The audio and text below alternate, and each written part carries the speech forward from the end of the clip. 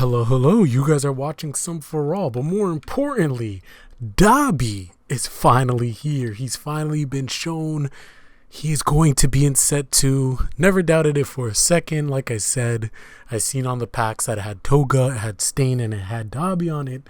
And, Jasco just wanted to make us wait. But honestly, I'm really happy with how Dabi turned out. So let's just jump right into it. So he's a 6 hand size, 28 life with 3 abilities. So his first ability, enhance once per game. Remove 10 foundations from your discard pile, and your attack will get +8 damage and gain throw. That is huge. But your rival may destroy all their ready foundations to cancel this effect. Now, obviously, if your opponent has no ready foundations, they can still cancel the effect, but you don't want to be using this effect when your opponent is fully tapped out anyway. You want to be using this when they have a decent amount of foundations readied, so you can just pop all of them and then just pop off if they decide to cancel this effect, because at that point all of their other foundations would be committed. So then you could just chain your attacks. It'll be a lot more difficult for them to block when they have no foundations that they can commit, right, to help them pass their checks.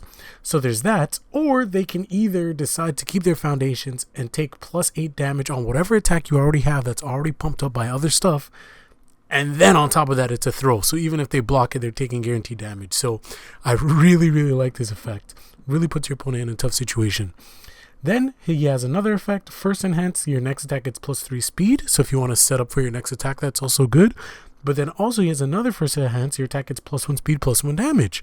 So it seems like he has a lot of different scenarios that he can play around. If you want to pump up your immediate attack, you could do that. If you want to set up for your next attack, you could do that. But then also if you want to go for some early pressure, you could use his effect if you have that 10 foundations. Or if you want to go for the juggler, if you want to go for game, set up a kill turn, you could also use that first effect. So really cool. In terms of symbols, chaos, death, and fire, for me, honestly, I can see him being played on any of these symbols. I feel like there's something there for every symbol. What his best symbol is, I have no clue. You're probably going to have to ask somebody more experienced than me. But for me, I'm probably going to be building him on chaos, personally. I'm thinking chaos, but fire also, of course, definitely looks really good. So now let's go over the foundation. So it's a 6 check, guys. It's a 6 check. So that's not bad at all. We don't have too many of these.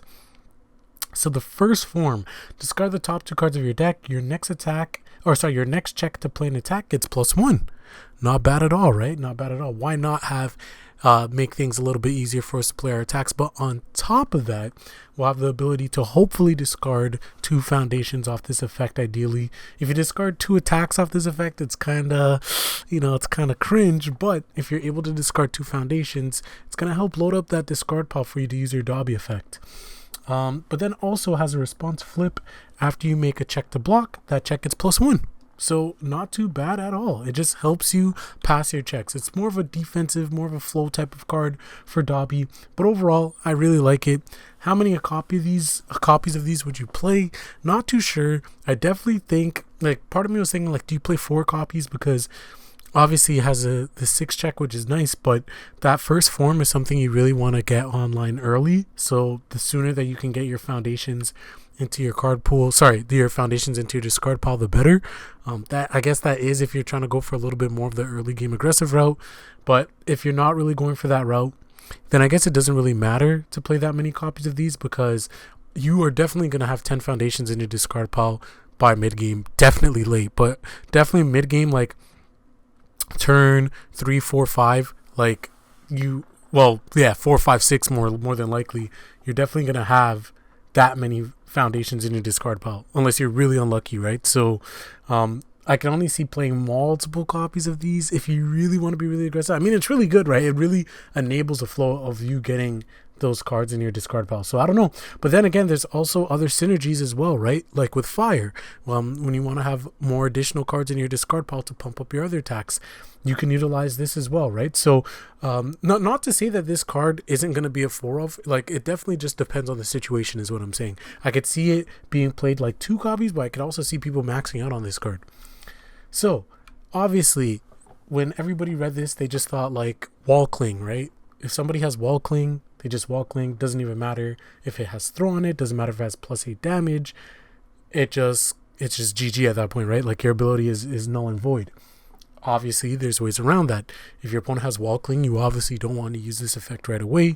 You want to try to bait out the wall cling. But if not, if they're holding it, if they're waiting, you want to have a way to commit their wall cling as well.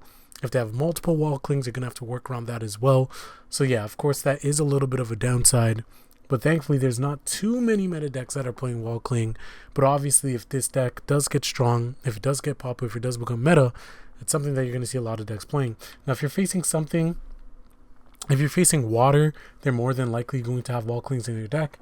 Not all air and life decks play wall cling, but again, if the deck does get popular, I can definitely see them either maining more of these or having them in the sideboard, right? But with that being said, there are ways around it. So on Chaos, we have access to Electric Jolt. Electric Jolt will allow us to commit one rival foundation. We get to go first, right? We get the first enhance. So if you have this, you can go ahead and flip it and then commit the wall cling. So then that way your opponent can't use it on you. So that's one way. You also have Apathetic if you're playing on Death. So Death will allow you to flip wall cling as well. So those are just some ways to get out of it. That was just me like thinking of it right off the top of my head right away. There's probably other ways as well, but those are the two that popped into my head. Then in terms of offensively, you have some pretty interesting options. So Frigid Heat Wave is definitely an obvious one.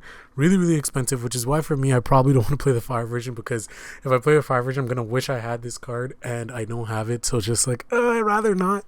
But yeah, if you have 6 or more range attacks in your discard pile, draw 2 cards. Obviously, this will help you get cards into your discard pile.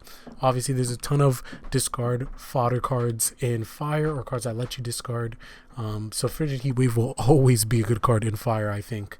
And then, of course, getting the damage as well from its second ability. So Frigid Heat Wave is obviously a really good card. Dark Shadow Ruin is a card that I think could be interesting. He could be played in Chaos or Fire. I think since I'm playing the Chaos version, I probably would want to run this just because it's interesting. It's mid-block 1, has breakers, so it could be used on defensive end.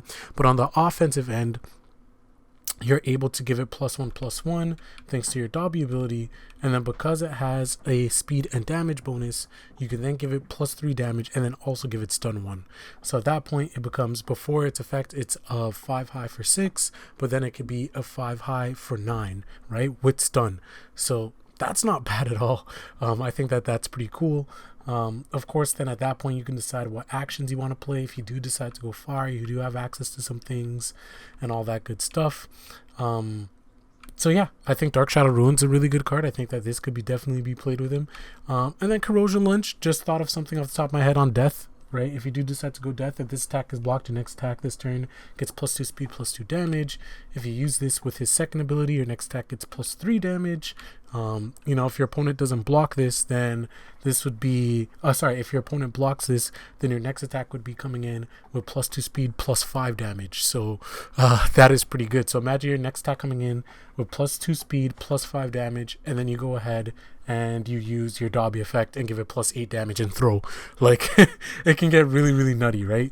Like, those are just some of the things that I'm thinking about. Obviously, you're going to have to make your opponent want to block this if you really want to pop off like that. But of course, there's other ways to pump this up in Death, of course. It is a Fury attack. There's ways to get this stronger.